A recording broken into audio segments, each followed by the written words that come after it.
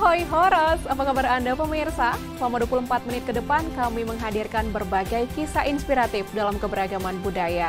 Saya Agnes Nambela, inilah Bingkai Sumatera. Teras Langit, sebuah lembaga amal di Kecamatan Deli Tua, Kabupaten Deli Serdang. Lembaga ini mengumpulkan donasi barang-barang bekas layak pakai, seperti pakaian, tas, dan lain sebagainya. Barang-barang ini kemudian dijual di gerai mereka, pemirsa. Hasil dari penjualan pun disalurkan lewat sejumlah program, yakni sedekah nasi berkah, wakaf Quran, dan memberikan bantuan kepada guru mengaji di pelosok daerah. Berikut liputan selengkapnya. Ada banyak sekali manfaat yang didapat dari sedekah, baik bagi penerima maupun pemberi. Hal inilah yang digencarkan oleh sebuah lembaga yang berfokus pada kegiatan dakwah dan sosial bernama Teras Langit. Lembaga Teras Langit memiliki visi dan misi mengajak orang-orang untuk bersedekah, baik sedekah uang maupun barang. Uniknya, Teras Langit juga menerima donasi barang-barang bekas yang masih layak pakai dan memiliki nilai ekonomis. Kenapa kita memilih barang bekas? Karena sejauh ini yang kita tahu masyarakat itu banyak mereka yang ingin bersedekah, banyak mereka ingin berbagi, namun terbentur dengan finansial ataupun keuangan mereka. Jadi kita ambil inisiatif, barang-barang bekas itu bisa bernilai sedekah bahkan lebih tinggi dari uang. Kenapa? Karena barang bekas yang kita kelola, kita sumbangkan ataupun kita jual lagi dan hasilnya itu diberikan ke penerima manfaat. Lembaga Teras Langit memiliki gerai yang berlokasi di Jalan Cempaka Sari Marindal 1, Kecamatan Patumbak, Deli Serdang. Disinilah mereka menerima dan mengumpulkan donasi barang-barang bekas layak pakai dari masyarakat. Biasanya, barang-barang yang didonasikan berupa pakaian, sepatu, tas, dan lainnya. Barang-barang yang mereka terima dan kumpulkan kemudian dipilah. Barang yang masih terlihat bagus dan layak akan mereka pajang di gerai untuk dijual. Namun untuk barang yang sudah tidak layak atau rusak, akan mereka bawa ke tukang jahit dan dibuat menjadi barang-barang yang lebih berguna seperti keset kaki, sarung tangan, dan lainnya. Upaya ini mereka lakukan agar tidak menambah dan menimbulkan limbah yang lebih banyak lagi. Dalam sehari, gerai Teras Langit bisa menghasilkan 150 hingga 400 ribu rupiah. Uang hasil penjualan inilah yang kemudian mereka kumpulkan untuk disalurkan ke orang-orang yang membutuhkan. Seperti berbagi nasi di setiap Jumat, wakaf Quran, dan memberikan bantuan ke guru-guru ngaji di pelosok daerah. Kehadiran gerai Teras Langit mendapat respon dan sambutan yang baik dari masyarakat Marindal dan sekitarnya. Salah satunya Mariani, seorang ibu rumah tangga ini, merasa sangat terbantu dengan hadirnya gerai Teras Langit. Ia dapat memberikan pakaian-pakaian yang sudah tidak digunakan lagi, sehingga mengurangi timbunan pakaian di rumahnya. Selain itu, ia juga merasa senang bisa berpartisipasi untuk membantu orang lain. Tanggapan saya bagus sih, positif ya, karena juga bisa membantu-bantu bagi warga yang membutuhkan. Juga barang-barang Teras Langit ini juga saya rasa masih berkualitas dan masih bisa dipakai oleh orang-orang yang bisa membutuhkan. Di situ kadang ada orang mencari busana muslim untuk anaknya, juga sih tersedia dengan harga yang lebih murah. Agar program donasi barang bekas ini berjalan dengan lancar dan semakin banyak orang yang mau bersedekah, Teras Langit mempromosikan program mereka lewat sosial media dan juga melakukan sosialisasi secara langsung ke masyarakat, seperti ke pengajian ibu-ibu, perusahaan, dan lainnya. Saya berharap dan mungkin pengurus yang lain juga berharap dan staf-staf yang lain, Teras Langit ini terus berkembang dan terus memberikan manfaat untuk masyarakat sekitar, terutama di daerah-daerah minoritas dan di daerah sekitaran gerai kita Teras Langit. Harapan kita memang kedepannya teras langit ini terus berkembang, terus besar, dan terus bisa untuk berkhidmat untuk umat, memberikan yang terbaik dari hasil-hasil sedekah ataupun barang-barang sedekah yang diberikan ataupun diamanahkan kepada kita. Semoga apa yang dilakukan Lembaga Teras Langit dapat membantu orang-orang dalam mengelola barang-barang bekasnya. Upaya ini juga sebagai wujud membangkitkan semangat umat untuk terus bersedekah. Di Desa Lubuk Kertang, Sumatera Utara, terdapat sosok perempuan bernama Kamalia yang mengetuai kelompok perempuan di desanya. Nah, di kelompok ini, Kamalia dan anggotanya menambah pendapatan lewat produk ekoprint dan pewarna alami. Lalu seperti apa usaha Kamalia? Berikut liputan selengkapnya. Inilah Kamalia, sosok perempuan yang menjadi ketua Watama atau wanita tani mandiri di Desa Lubuk Kertang, Kabupaten Langkat, Sumatera Utara. Wadah yang terbentuk tahun 2020 ini merupakan tempat berkumpulnya perempuan-perempuan dari berbagai latar belakang profesi, mulai dari petani, pedagang, ibu rumah tangga, dan lainnya. Di sini, Kamalia bersama anggotanya membuat aneka produk dari pewarna alami menggunakan teknik ekoprint setelah mendapat pelatihan dari Fakultas Kehutanan USU. Berbekal pengetahuan ini, mereka pun dapat bertahan kala wisata mangrove di Desa Lubuk Kertang terimbas pandemi COVID-19. Kita lihat dari sisi usaha, kalau masa pandemi ini prospektif karena ekoprint ini bisa dilakukan di rumah sesuai dengan program selama peraturan pemerintah kan kita untuk pengendalian COVID. Jadi di dalam rumah pun kita bisa berproduksi dengan bahan-bahan yang ada di sekitar rumah. Tidak hanya membimbing anggotanya untuk membuat aneka produk ekoprint, Kamalia juga mengajak mereka menanam tanaman yang bisa digunakan dalam pembuatan teknik ekoprint di rumahnya. Tanaman tersebut seperti teruja, bunga bayam merah, dan bunga kenikir. Tanaman-tanaman inilah yang menghasilkan pewarna alami dan ramah lingkungan.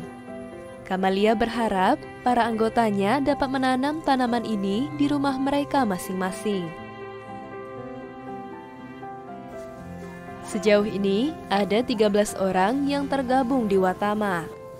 Mereka juga dibekali ilmu untuk membuat pewarna alami. Cairan pewarna alami ini terbuat dari hasil rebusan tanaman seperti tenger, kayu bakau, secang, nereh, dan robalen. Selain ramah lingkungan, pewarna alami ini juga bisa menghasilkan warna yang tidak kalah indah dibandingkan dengan pewarna sintetis. Pewarna ini kemudian dikemas ke dalam botol plastik bekas. Botol-botol yang sudah berisi pewarna alami ini kemudian dijual ke Asosiasi Ekoprint Indonesia. Harga satu botol pewarna ini berkisar Rp20.000. Dengan penjualan ini, para perempuan di Watama pun dapat meningkatkan perekonomian keluarga. Dian Syafrianti adalah salah satu anggota yang sudah 3 bulan bergabung dengan kelompok Watama. Ibu satu anak ini merasa sangat beruntung sebab ia mendapatkan begitu banyak manfaat. Manfaat bagi saya, di sini saya bisa membuat warna dan mengekoprint. Di sini saya mendapat banyak pelajaran ya, ilmu terutama bagaimana cara untuk mengkombinasi warna ataupun gambar yang mungkin belum saya tahu dan saya pahami. Kalau untuk pendapatan, menurut saya alhamdulillah bisa membantu juga untuk membantu saya juga dalam bidang ekonomi. Ya, harapan saya untuk para anggota kelompok ini agar lebih bersemangat, kreatif ya kan, karena ekoprint ini kita harus memang betul-betul mempelajari tekniknya agar hasil yang kita dapat itu lebih mendapat nilai jual yang tinggi. Ya mudah-mudahan aja bisa kita dengan nilai jual yang tinggi kita bisa menjual di kita ekspor bisa gitu. Jadi saya berharap anggota kelompok ini bisa mandiri, bisa mendapatkan income dari hasil ekoprint dan bisa memajukan kelompok. Kehadiran perempuan-perempuan Watama Desa Lubuk Kertang seperti Kamalia dan anggotanya mencerminkan bahwa perempuan juga bisa saling mendukung dan mandiri. Secara tidak langsung, mereka juga mencintai lingkungan dengan memanfaatkan bahan-bahan yang ada di sekitar mereka. Masyarakat pesisir selatan Sumatera Barat memiliki keunikan khas yang diturunkan dari generasi ke generasi. Mereka menyebutnya babiola. Keunikan dari kesenian ini terletak antara perpaduan musik dan cerita-cerita rakyat yang diadopsi dari kehidupan sehari-hari. Tahun 2019, kesenian ini pun ditetapkan secara nasional menjadi warisan budaya tak benda. Simak liputannya berikut ini. Pesisir selatan satu dari 3 wilayah di bagian barat Sumatera yang memiliki seni tradisi yaitu perpaduan sastra dan alat-alat musik gesek yang mereka sebut tradisi babiola. Bentuk alat musik dan irama yang dihasilkan menjadi pembeda kesenian ini dari daerah pesisir lainnya di Sumatera Barat. Di masa lampau, babiola identik sebagai seni tradisi kaum nelayan di Minangkabau. Sebagai instrumen pembentuk suasana dalam pertunjukan babiola, pembuatan alat musik biola tidak bisa dilakukan sembarangan. Unsur pemilihan tekstur kayu berpengaruh untuk menghasilkan nada.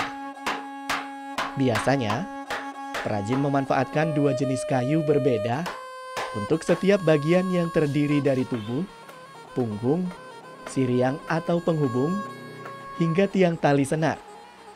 Kemahiran perajin biola menjadi penentu bunyi yang dihasilkan ideal. Kalau dasar biola dulunya ada namanya orangnya zaman dulu Bujang Pamamang namanya. Pamamang, arti Pamamang itu orang paibuati. Nah, jadi suka dia berdendang-dendang. Jadi juapo dendangku dikawankan, dibikinlah dari bambu. Macam biola, macam apa. Karena bunyinya kecil, diulang lagi sama bambu yang besar. Enggak juga. Baru dibikin dari kayu. Nampak kayu itu kan, kayu di hutan itu. Bapantun lagi dia. Kadang-kadang kayu di rimbo aja. Keduduk tumbuh dalam tanjung. Kadang-kadang atiok paibo mana duduk cidan manung. Barulah dibuat biola dari kayu tadi. Kebetulan kena orang ramai, keluarlah dari sini orang Inggris. Turun dari kapal pakai skoci ke Muaro. Ditengok, memang enak bunyinya katakan. Karena buatan dia itu masih kasar, makanya dia pakailah di orang Inggris dari tanah. Gini bentuknya bikin pak katakan. Nah, gini bentuknya. Makanya di Palu setelah kerja itu. Itu dasarnya orang mudik inilah, mudik Sekambang. Itu makanya aslinya Rabak Pesisir dari Kambang menciptakan tamu.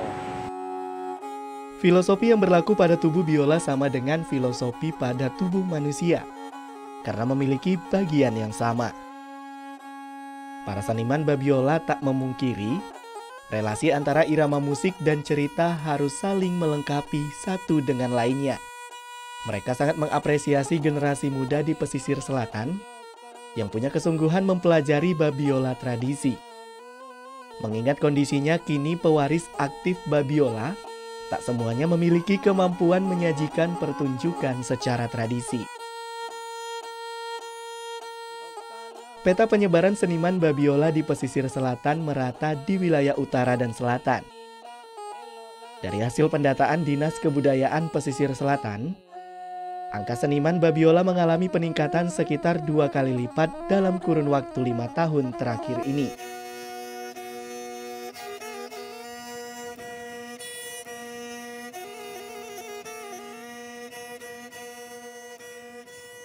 Jago kesopanan awak, sopan santun, tertib. Dan sampai awak kesenian Minang itu pesisir selatan jangan taburu di kesenian lain kan gitu.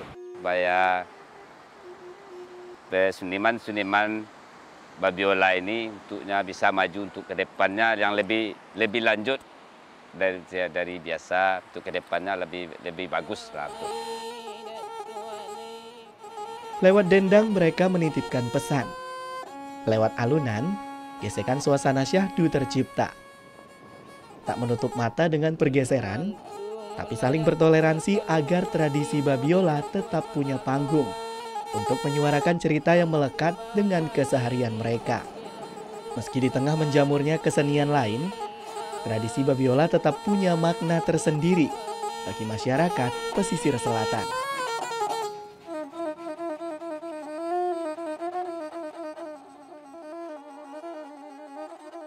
Sejak didirikan pada tahun 1914, Taman Wisata Alam Sibolangit kini semakin gencar dipromosikan kepada wisatawan. Pada tahun 2018, TWA Sibolangit menjadi salah satu dari 3 kawasan konservasi di Sumatera Utara yang ditetapkan sebagai role model dengan prioritas program wisata edukasi konservasi dan lingkungan.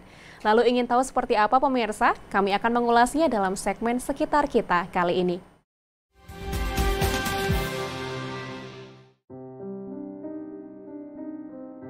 Konservasi terhadap sumber daya alam penting dilakukan guna menjaga keberlangsungan kehidupan di bumi.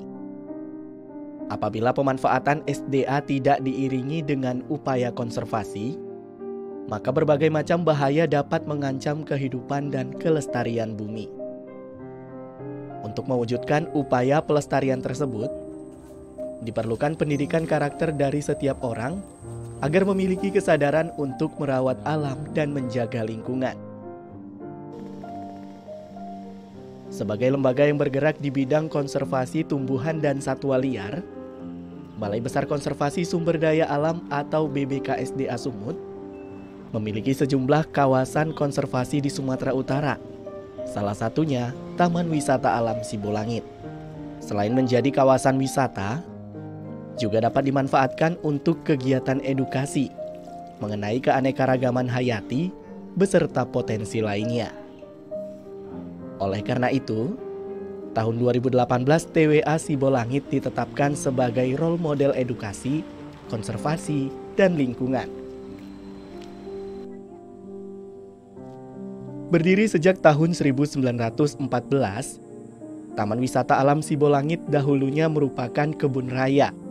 Namun pada tahun 1980, berdasarkan SK Menteri Pertanian, lahan seluas 24,85 hektar ini diubah statusnya menjadi Taman Wisata Alam Sibolangit. Mengingat kawasan ini memiliki pemandangan alam yang indah, pohon-pohon yang rimbun, aneka flora dan fauna yang menarik.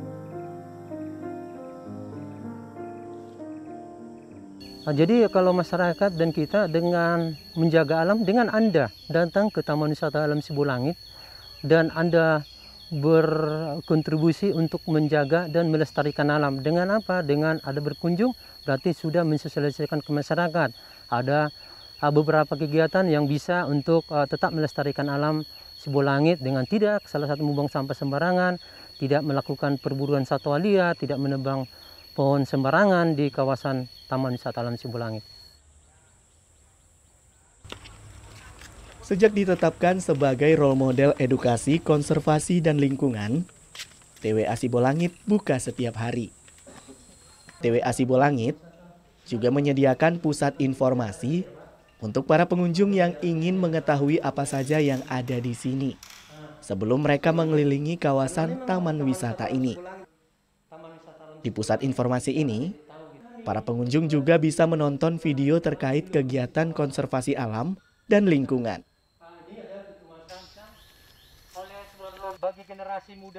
Setelah memperoleh sejumlah informasi dari pusat informasi, pihak TWA Sibolangit mengajak para pengunjung untuk berjalan menyusuri hutan.